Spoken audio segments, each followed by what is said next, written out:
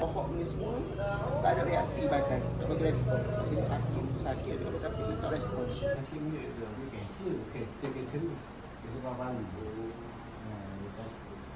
Jadi